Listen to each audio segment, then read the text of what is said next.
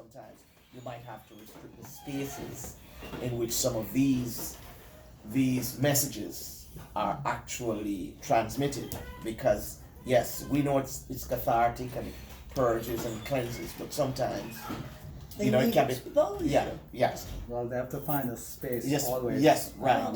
The fact is that in much of the more lyrical type arts, which is more in music, Yeah. DJ music and so on, Yes. can be extremely, because it's a kind of avant-garde. It's a very current. It's language. Yes. It's words, and everybody basically understand such words. And usually an artist can wreak a lot of havoc with depending on words socially, and create a lot of issues for young people, especially who are not Don't have the developed necessarily the at the point. filter. Don't have the proper filters. But that goes you know, back to but it's Caravaggio. a kind of Caravaggio. It's a kind of war in Caravaggio a goes back to sense. Caravaggio. Exactly. Nothing just changed. Yeah, And you made exactly. me laugh because I thought of my Yeah. walk this morning into Yeah. Emancipation Yeah. Park, and I read about how The uproar. the uproar. And so when you said that, that immediately came to mind. And as I walked down the corridor of Heroes, I see these two enormous, beautiful figures, and I'm grinning because I know the background. That Yes. people, their first reaction is outrage, but people tend to mellow. Yeah, well, that mellow- outrage can become something very positive after they've lived with it for a while, and no one is looking, they go up and take a closer look. Yeah, well, And that is definitely the case with our music, because you have many songs that could not be played on the radio here before, and after a while, because it becomes less threatening to the yes, society, or to the powers that be, then they start to allow them. So I mean, because you have to be very honest. A lot of what is taking place sometimes in the music is rebellion. There's a lot of rebellion in our music, and in art, and well, that's part of what art is, and so you find that the status quo sometimes has a difficulty in terms of understanding or embracing that, and that's natural, because it takes a while. I mean, for that threat level to go down, or that perceived threat level to go down, and then you get acceptance, and then you start getting the celebration.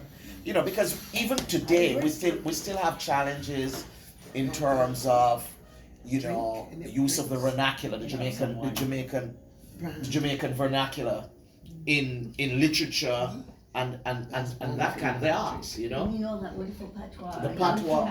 From Pauline, James, all those naughty words I learned. all those words. Terrific. Right. You mean the colorful words? Absolutely. Yeah, because Absolutely. she's read Marlon James, Seven the seven Killings. kings. Yes. You know. No, I started, but it was a very hard read for me. Many of my friends I did started, now. I Well, maybe a log read.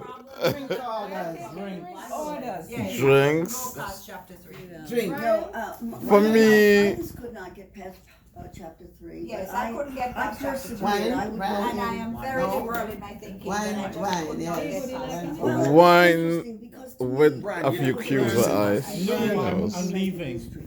I'm just waiting and on I the was ride. learning. Wine? No, I You want Jew plum? yeah, sorry? Drew Plum, yeah, something You like have that. Jew What plum? about the book of night? Fruit Fruit punch. punch, I'm sorry. Fruit Oh. punch. I don't want to thank Fruit you. punch.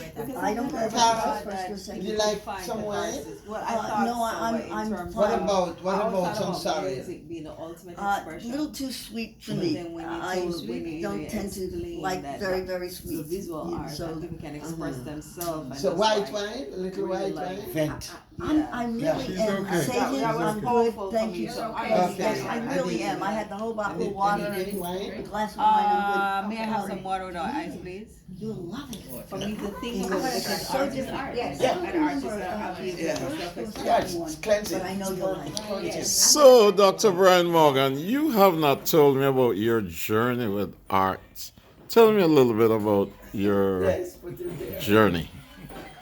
Last time I saw you, it was on Melmac Avenue, you being a My dentist. journey with art really began because there were artists at the art school who could not afford art school.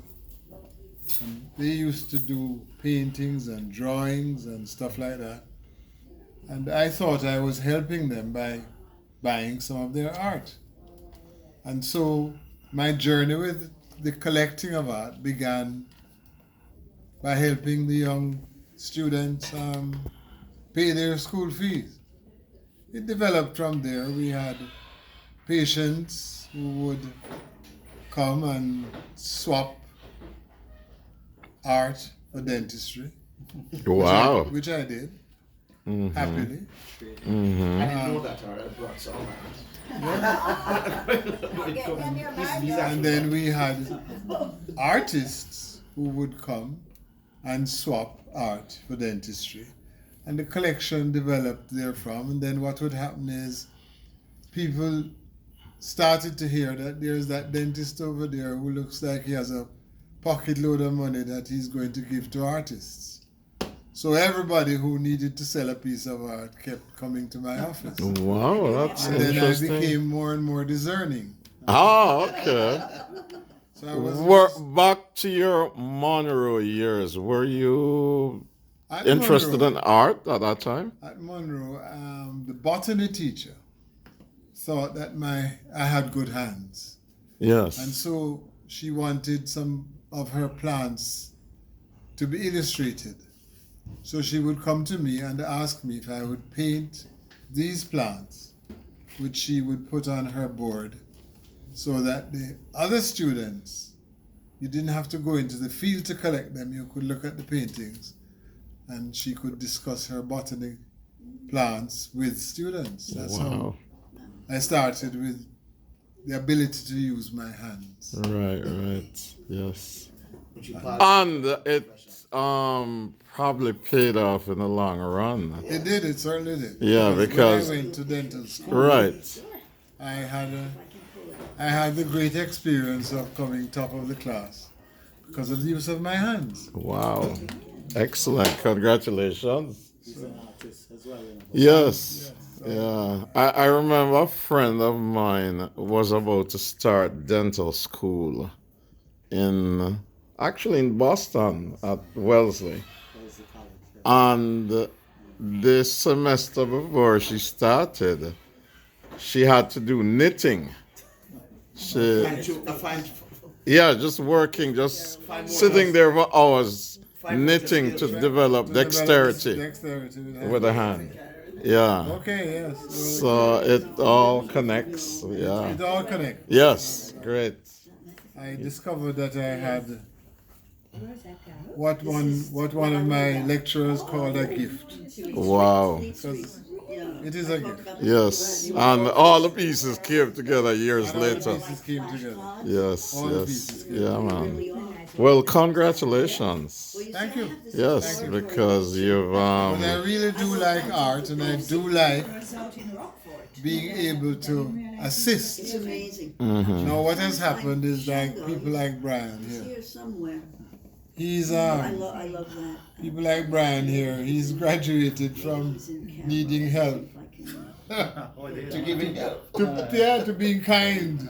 So that poor people like us in Jamaica can afford a piece of his art. yes, Because he yes, can sell his art overseas for yes. 3-4 times what he can sell his art here for. Right. So he's allowing us now to buy. Yes. Brian, congratulations. Well, thank you for Yes. Tell me a little bit about your teaching in Massachusetts.